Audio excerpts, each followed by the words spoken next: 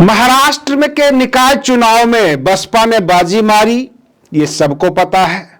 सतीश कुमार यादव उर्फ पिंटू यादव छात्रों को, बच्चों को पुरस्कृत कर रहे हैं। ब्रांड कंपनी के खिलाफ चले गए, उनको जो है वहां से 14 बच्चों को निकाल लिया। यह भी सर्वविदित है, लेकिन वह खबरें जो आपसे छिपाई जाती है, जिस पर बिहारी सुल्तान चैनल आपको अटेंशन देने के लिए प्रस्तुत है। मैं आरडी भारती और आप देख रहे हैं बिहारी सुल्तान।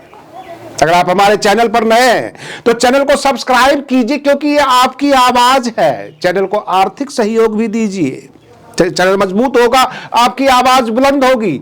बहुजन समाज के जो कार्यकर्ता है काफी ऊर्जावान है। उत्तर प्रदेश की सत्ता में आने की तैयारी है, 2027 की तैयारी है। लेकिन सबसे बड़ा प्रश्न कि बहुजन समाज के उन तमाम सोए हुए मुद्दे को जगाएगा कौन। बहन मायावती जी एक्टिव हो चुकी हैं। सवाल यह उठता है कि कुछ सामंतवादी ताकतों ने, कुछ कॉरपोरेट ने सर्वोच्च अदालत से मिलकर बहुजन समाज के ऊपर बहुत तगड़ा प्रहार किया है, आघात किया है। मैं आपको बता दूं कि बहुजन समाज के लोग जब मुख्य धारा में आने की कोशिश करते हैं, कोई नौकरियां प्राप्त कर लेते हैं अथवा कहीं से कुछ कमाकर अपना घर अच्छा बना लेते हैं, उनको देखकर टीका टिप्पणी होती है और फिर शुरुआत होती है आरक्षण के ऊपर डिस्कशन। ये तो आप सब जानते हैं, ऐसा होता है। रोज ये मुद्दे गर्म होते हैं, फिर शांत होते हैं, और हर जगह देश के कोने कोने से। लेकिन जो सबसे बड़ी साजिश, सर्वोच्च अदालत ने एक फैसला दिया, 100 मीटर से जो नीचे की पहाड़ी है उसको अरावली नहीं मानेंगे। अरावली की पहाड़ियां दिल्ली से लेकर राजस्थान के थार मरुस्थल तक है। अब उसको अरावली नहीं माना जाएगा जो 100 मीटर से कम है। तो जाहिर सी बात है कि जितने भी कॉरपोरेट जो कंपनी है उन पत्थरों को तोड़ेगा, वहां पे डायनामाइट लगाकर उसको उड़ाया जाएगा, उसको समतल कर दिया जाएगा जमीन को। और तमाम जो भील जाति के लोग हैं, जो आदिवासी हैं, जो बहुजन समाज के लोग हैं, उनको खदेड़ दिया जाएगा इन कॉरपोरेट के द्वारा, सरकार के द्वारा। फिर वो कहां जाएंगे? जो हमेशा ये कहते हैं जल जंगल जमीन। आप खुश हो रहे होंगे कि हमने महाराष्ट्र का निकाय चुनाव जीत लिया, पंजाब में बसपा आगे बढ़ रही है, वहां का चुनाव जीत लिया, बहुत जगह। आप इसलिए जीते हैं क्योंकि बसपा जाग चुकी है, बहन मायावती जी एक्टिव हो चुकी है, बार बार अपने कार्यकर्ताओं को दिशा निर्देश देती है। और 2027 का उत्तर प्रदेश का भी चुनाव आप जीत लेंगे, तब जाकर अरावली के मुद्दे उठेंगे। ये जल जंगल जमीन, जंगलों में रहने वाले लोग सब बहुजन समाज का एक बड़ा हिस्सा है। मैं आपको बता दूं, बसपा के पास सबसे कोर वोटर जो है, सबसे बड़ी बात यह है कि बहुजन समाज पार्टी का कोर वोटर थोक के हिसाब से, जिसको कैडर कहते हैं, जो टस से मस नहीं होगा, वो दलित और अल्पसंख्यक है। मैं क्लियर कहता हूं कि मुस्लिम और दलित, जिसको डीएम फॉर्मूला कहते हैं, दलित मुस्लिम, ये दो जो है बसपा का कोर वोटर है।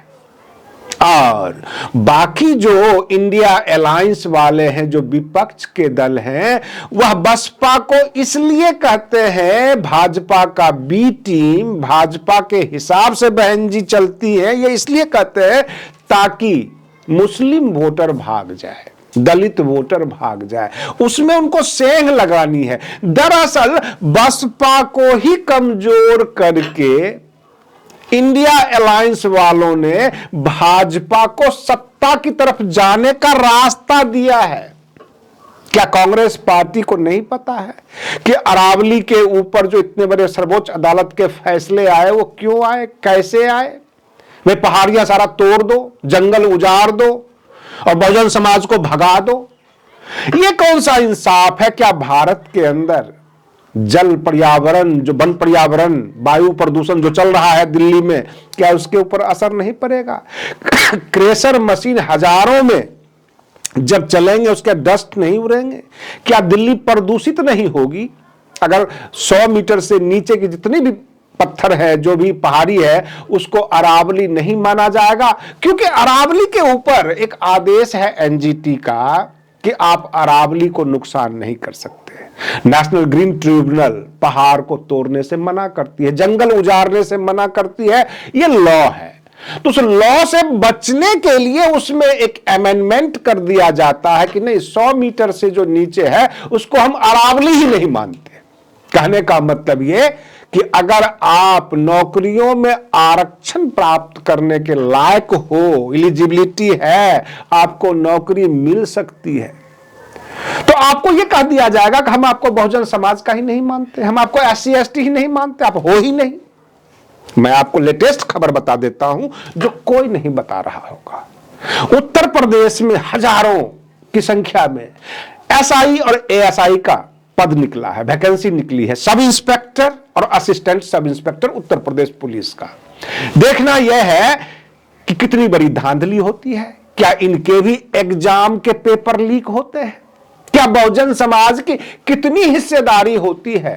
अब तो जो जो वैकेंसी निकले, जहां जहां निकले, बहुजन मीडिया, बहुजन समाज के लोग खड़े हो जाएं ये देखने के लिए कि हमारी कितनी हिस्सेदारी है, हमें कुछ मिल रहा है कि नहीं, अथवा हम केवल संविधान के पन्नों पे ही रह गए। कहने का मतलब ये, कानून भी है, संविधान भी है, लेकिन आप संविधान के पन्नों पर हैं, जमीन पर नहीं है। क्योंकि जमीन पर सर्वोच्च अदालत से मिलकर एक नई अमेंडमेंट आने वाली है जो कि आपके खिलाफ है। यही हम देख रहे हैं। बहुजन समाज पार्टी जो जो मजबूत हो रही है, लोग डर रहे हैं, विपक्षी दल डर रहे हैं। मैं आपको बताऊं, जिस देश के अंदर अडानी और अंबानी हावी हो, सत्ता पक्ष उनके सामने गर्दन झुकाए हुए हो, उनके आदेश पे चल रहे हो, उस देश में मात्र एकलौता विधायक सतीश कुमार यादव उर्फ पिंटू यादव लक्ष्मी ब्रांड कंपनी के खिलाफ खड़ा हो जाता है। इसका मतलब हुआ कि विधायकों में जिगरा होना चाहिए, शेरदिल होना चाहिए, वो खड़ा हो। 12 बच्चों को उनके अवैध कब्जे से निकलवा लिया। बच्चों से काम करवाना एक अपराध है, बाल श्रमिक कानून है हमारे देश में, और उसको बंधुआ बनाकर काम करवाते थे और विधायक ने निकलवा लिया। कंपनी के खिलाफ खड़ी हो गई, जो कैमूर के जिला मजिस्ट्रेट है उनको कंप्लेन दे दिया। ये एक जिगर होनी चाहिए। इसका मतलब है कि हम आपसे कुछ लेते नहीं हैं।